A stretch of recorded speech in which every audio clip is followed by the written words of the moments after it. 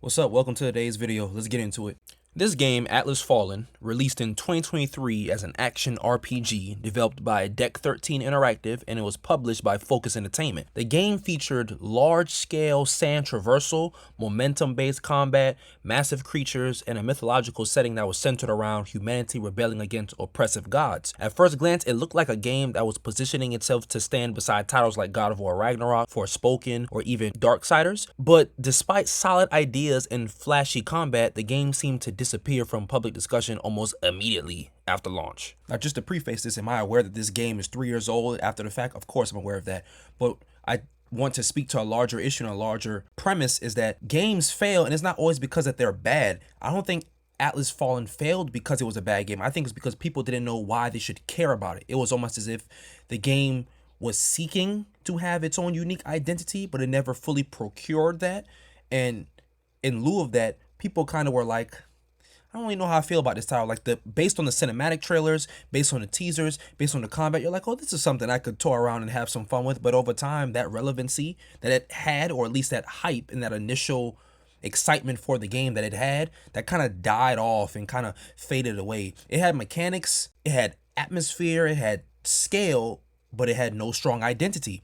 And Atlas Fallen, it almost feels like a game that was designed in an industry where attention spans are already overloaded and they're already cooked. So you have to immediately stand out amongst your peers and other people who are developing games in the industry. Now let's start the next topic of discussion, and that's going to be about the world building and the themes. And in this game, the world, it revolves around a civilization that is oppressed by a godlike being known as Thelos. Humanity exists under divine tyranny, where survival itself is controlled through fear and scarcity, and that could apply to people, resources, etc. The protagonist, however, gains the power to challenge the gods through a mystical gauntlet that manipulates sand and momentum. A major thematic focus is liberation, humans reclaiming agency from systems of control and oppression. The deserts themselves, it symbolizes decay, buried history, and forgotten civilizations consumed by time. So now, personally, immediately, this is something that already grasped my attention because it seems to be something that is rich in lore. The sand, it is symbolic. Everything in Atlas Fallen, it feels buried, and that is regarding to your identities, the history, the freedom that you have within your possession as a person who's both playing the game and a person who's in the game experiencing that world. The game, it quietly asks whether humanity becomes weaker when it depends on gods to survive and to create, the rules, regulations, and the way of life that it should be, because they are living in a world that is being suppressed by the divine tyranny of Thelos. In the world, it almost feels emotionally exhausted before the story even begins. Now, truth be told, I think the combat was better than people realized. The combat focused heavily on momentum and aggression rather than defensive play. It inspires you to action. Players built momentum to enhance attacks and enter heightened combat states. It was used as a mechanic for you to further bolster your character's stats and abilities in the midst of combat. Traversal, it kind of blended directly into combat flow, which allowed fast movement across different environments. The game encouraged weapon switching and ability chaining instead of slow stamina-based combat that would kind of naturally lessen the extent of aggression you can have because you know that you're at the mercy of your stamina bar. And compared to many action RPGs releasing around that time, Atlas Fallen actually attempted to create its own gameplay identity and gameplay loop. So to put this plainly in layman's terms, Atlas Fallen wasn't trying to be a Souls game. It wasn't trying to be something like that. I think the developers for Atlas Fallen, they wanted the combat to feel fluid, seamless, weightless, as if you're going through the motions in the midst of combat, literally. And I think that's what they were trying to represent with this title. I don't think the issue was the mechanics. I don't think it was the mechanics at all. I think it was the emotional attachment that the gamer has to the game and to the combat, specifically while you're fighting and while you're playing. People tend to remember worlds and characters before they remember systems, so I think it would say a lot if the combat in this particular game would be a reason as to why people didn't really like the title and it kind of shied away and the hype of it died down. I remember when I played certain games, let's say like Sonic Frontiers, and I'm a huge Sonic fan, love Sonic, but the gameplay loop in and of itself, repeatedly going into that cyberspace type of area, coming back out, getting the Chaos Emeralds, that's all fine and dandy, but you kind of can grow tired of something if there is no uniqueness to it, or there isn't a freshness that's returned to it if you are having to do it on multiple runs and multiple tries.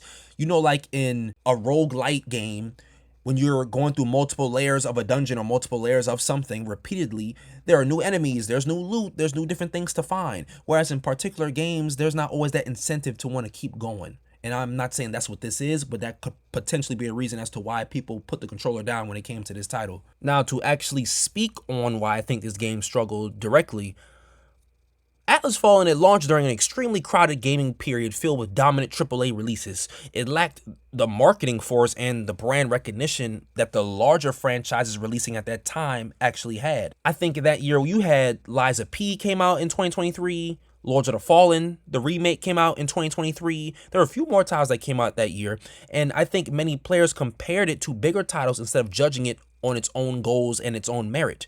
Critics often describe the game as good but forgettable, which can be more damaging than outright negativity, because you're saying, oh, we acknowledge this title it's sufficient enough, but we're going to put the controller down at some point. The art direction, I think it was visually solid, but it may not have had a strong enough visual identity to immediately stand apart in thumbnails, clips, or trailers.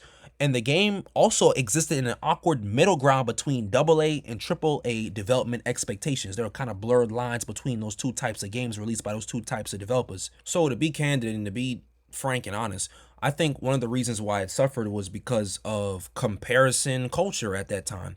As I just said, you had games like Lords of the Fallen, and you know, by the way, the second one's gonna come out sometime this year. I hope they release a release date. But anyway, you had games like Lords of the Fallen, you had Liza P coming out that year, which I put countless hours into that. That is a masterpiece, in my opinion, from the music to the gameplay to the story to the very idea which the game is founded upon. I mean, you took Pinocchio, you took a Disney character, and you gave it this sort of dark Souls twist. Man, that's amazing. So you had all this competition that Atlas Fallen had to deal with at that time, and I guess they sort of just came to the pressure. They succumbed to the pressure because, and it wasn't of their own design or their own intention, but that's just what happened. You have all these other heavy hitting titles that are currently flooding the market at that time. So people are like, why am I going to spend significant amounts of time playing this when I can play Liza P? You see what I'm saying? And I think modern games, they don't just compete on quality anymore. They sort of compete in the realms of attention. People's attention spans are cooked. So if a title can hold your attention span for longer than a week, I think that's pretty darn good. And when it comes to titles that are less fortunate in regards to that, they probably won't see that much sales as the games who are able to capture more of the audience's attention. The game lacked a singular emotional hook. You know, with Liza P, with Lords of the Fallen, it had an emotional hook towards it. These are Souls-like titles. There's a very strong Souls community. So for you to make a game that portrays a Souls game and not only have it portray those types of games, but also give it its own unique spin and identity combined with other facets of the game, such as the acting and the music, well, there's no way that Atlas Fallen would have succeeded or overcame those games. There's just no way. People need one forgettable thing to attach themselves. They need one unforgettable thing in order to attach themselves to a particular thing. But with Atlas Fallen, it was the opposite.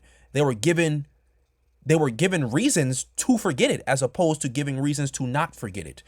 And in a world filled with giants, being pretty good, that's dangerous. That's not good enough. Now, despite the critical unclaim, let's say, I do think Atlas Fallen had a larger message that was behind it. And I think beyond its story, Atlas Fallen can almost be viewed as commentary on resistance itself. The protagonist's power comes from rejecting imposed limits and confronting beings considered untouchable. You know, the gods, Thelos in this game. Much of the game's atmosphere centers around reclaiming lost purpose in a dying world. The game repeatedly emphasizes movement, momentum, and pushing forward despite overwhelming power structures. So despite this title's unpopularity, this game speaks to resilience as a much broader theme.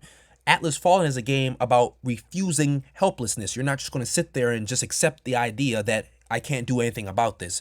Momentum isn't just a mechanic. It's the game's philosophy. It's a way of thinking. It's a way of being in this world that the developers from Focus Entertainment have created. And the game, it constantly tells you that stagnation, that equals death. You stop moving, you'll die. Its world is buried beneath sand because people stopped fighting back. That's why I think sand is so much more of a symbol in this game. It's not just traversal, it's not just a part of the story, but it's also symbolic for the fact that people have given up. Now, while this game may not have become a massive mainstream success, it remains an interesting example of ambitious AAA game design. The game attempted to merge spectacle, movement, mythology, and action combat into something distinct. It also highlights how difficult it has become for new IPs to establish themselves in the modern gaming landscape. So while Atlas Fallen may not be remembered as a masterpiece, it can be remembered as a game that tried. And honestly, the industry needs more games willing to try, willing to do different things. I remember earlier in the video, I talked about Sonic Frontiers. People talk a lot of crap about Sonic 06, but personally, that's my favorite Sonic game all time because they tried something different. They tried to branch out as opposed to just traditional Sonic games.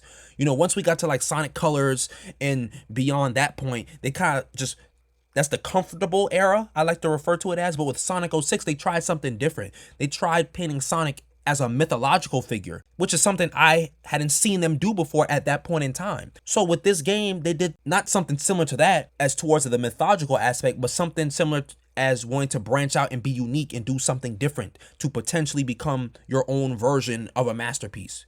You see what I'm trying to say? And not every game fails because it lacks the quality. Sometimes games disappear because the world never slowed down long enough to notice them. I'm Harlem. Thank you for watching, and I'll catch you in the next one.